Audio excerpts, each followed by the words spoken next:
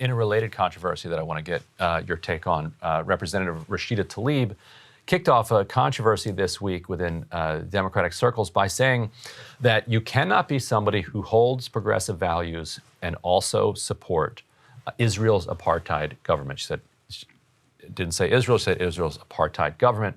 Very quickly, and let's put up Jerry Nadler here, very quickly the ADL and a number of her colleagues in the House Democratic Caucus kind of twisted her words and came at her this way. So Representative Nadler is saying, I fundamentally reject the notion that one cannot support Israel's right to exist as a Jewish and democratic state and be a progressive. There's a ton to unpack in the gaps between these two comments. You wrote a whole story on it. Yeah, I did. We'll get to that one in a moment. I basically did a fact check of whether she had made this claim that Nadler and ADL and others are saying that she doesn't support Israel's right, quote, right to exist. She never said that. What she said is that you can't be a progressive and support Israel's apartheid government. And so here's the part that is deeply troubling to me about Nadler's response here. It feels like, assuming Nadler heard or read her quote, what Nadler is saying here is that Israel's apartheid government, that phrase, is synonymous with Israel, which to me is slanderous toward Israel. Like, there is a vision of an Israeli government that is not an apartheid government, like that, and that is the vision that lots of progressives hold. That is the place that Israel needs to go to live up, to its responsibilities to the globe and to human rights and to dignity and to the people that live within its borders. To say that the only potential Israeli government is an apartheid government, to me, is selling the country short. Far be it from me to defend Jerry Nadler, although I do think he's making the comment in the context of Rashida Tlaib being somebody who supports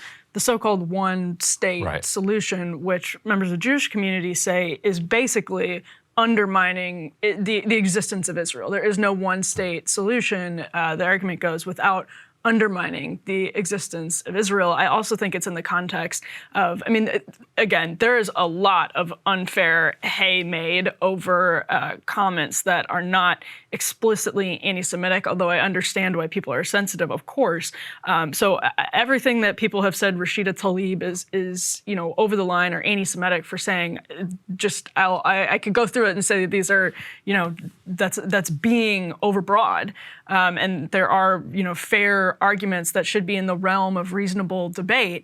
I think she's had a hard time recovering from that retweet of "From the River to the Sea," and I do think when you're operating in that context, it's going to be very hard for members of the Jewish community to then take what you say at face value without also knowing that all of this other stuff is going on.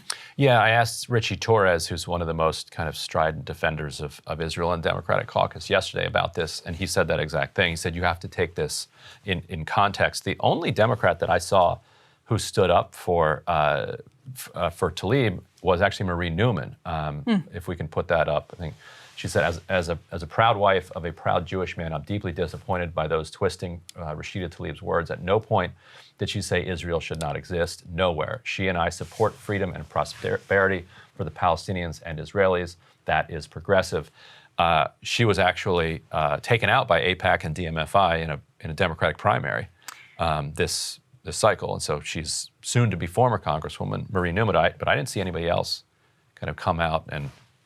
And what you saw was a lot of people sort of flock to the opposition. And I thought your story was really interesting and valuable, and I think we can put it up on the screen and folks should read it over on The Intercept, where you actually really parsed what she said and said, like, this is, let's say we take all the context we just talked about away. This is the actual meaning of the sentence, and this is the actual meaning of the point, because to me, that's valuable because it's sort of dispassionate in a sense that, like, let's actually listen to the words and understand what they're saying and then come back with more nuance instead of just saying X or Y or Z, because then you get into a place where the overly broad stuff weaponizes, I think, accusations of bigotry to suppress speech. So I thought your story was really interesting. I do think, though, Tlaib struggles when there's no way around the context in her case. The point about the one state is interesting, and I want to unpack that a little bit. So basically, yeah, the argument is, and you hear people say this publicly, that if you support a one-state solution which gives equal rights to everybody who lives within that state, then Arabs will outnumber Jewish Israelis, and therefore it will no longer be a Jewish state. Right. And therefore, you're advocating for the end of Israel. So, first of all, why wouldn't you be able to embed into a constitution some Jewish characteristics into the state? Like just whatever basic tenets of Judaism you want kind of embedded into the state, do that, and then end the apartheid and give everybody equal rights. I don't know if anybody believes that's plausible without a lot of pain and violence. And that's not to say there isn't a lot of pain and violence going on right now, but I don't know that anybody believes that you could plausibly accomplish that without. But like what's so important? Like what are the things that would no longer be would no longer make Israel Israel if you allowed Palestinians to vote, all Palestinians to vote in elections?